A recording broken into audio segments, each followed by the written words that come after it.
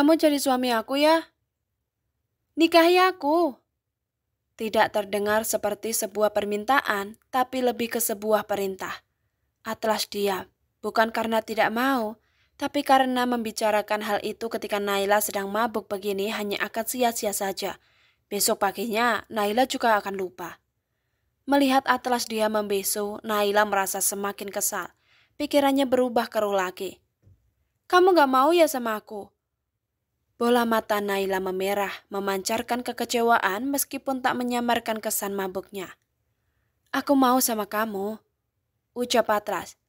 Buktikan, tantang Naila. Atlas mengusap pundak Naila. Kita tidur ya, besok pagi kita bahas tentang ini, oke? Enggak, aku mau sekarang. Naila memberontak menepis kedua tangan Atlas. Sebagai gantinya, Naila malah mendorong Atlas ke atas tempat tidur. Naila menjatuhkan tubuhnya, bukan karena tidak berdaya menahan tubuh Naila, tapi tidak ingin membuat gadis itu jadi mengeluarkan banyak tenaga. Naila menaiki tubuh Atlas tepat di bagian yang membuat Atlas spontan meringis menahan ngilu dan geli. Nay, sudah, aku gak kuat kalau seperti ini, desa Atlas. Gadis itu seperti sedang menguji-uji Atlas. Oh, bukan salah Naila. Atlas yang membuat Naila jadi segila itu.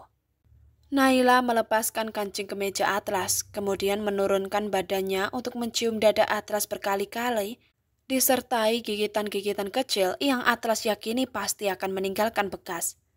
Oh gas, apalagi nih? Atlas benar-benar mau menjerit rasanya. Apa Atlas tidak menyukai ciuman Naila? Oh, jika mengikuti hasratnya, dia sebenarnya sangat ingin menikmati itu.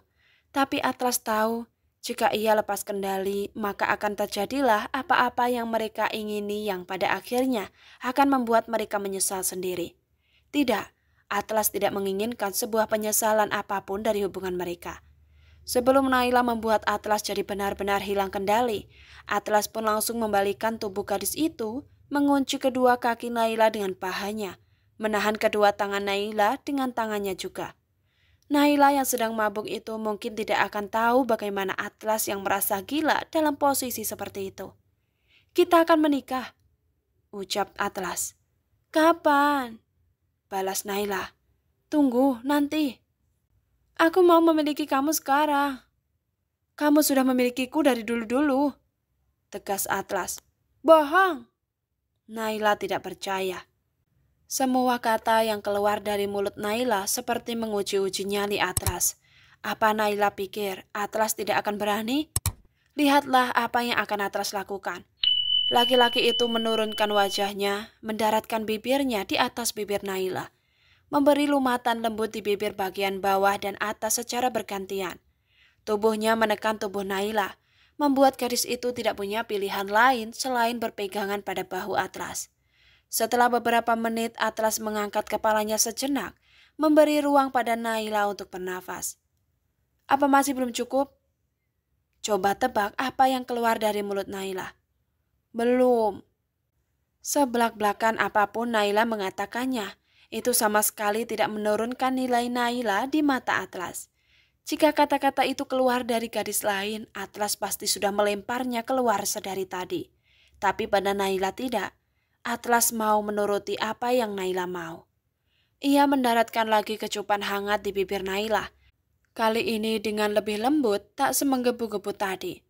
Naila membalas dan menikmati kecupan Atlas sampai ia benar-benar merasa puas dan melepaskannya sendiri. Atlas menghembuskan nafasnya. Benar-benar ikutan lelah juga menghadapi kegilaan Naila. Kini Atlas memilih berbaring di sebelah Naila. Tapi apakah Naila akan berhenti sampai di sana? Tidak. Naila malah menyilangkan kakinya di atas kedua paha Atlas, meletakkan kepalanya di dada Atlas dan memeluk laki-laki itu seperti memeluk boneka besar. Aku sayang sama kamu, bisik Naila lirih. Mungkin ia juga kehilangan tenaga untuk berteriak-teriak. Aku gak rela jika ada orang lain yang menyentuh kamu selain aku. Aku gak mau membagi kamu untuk siapapun. Atlas mengusap kepala Naila sampai punggung gadis itu. Aku juga gak mau dibagi-bagi, balasnya. Tapi kamu jahat sama aku.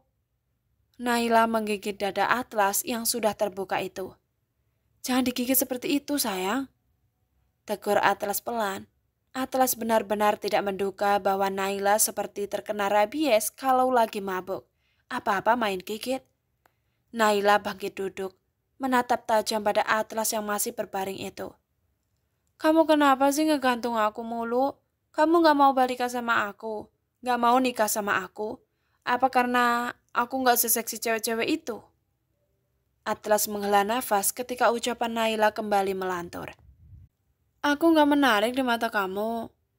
Naila membuka 3 teratas kancing kemejanya, memperlihatkan tank top hitam ketat di dalamnya.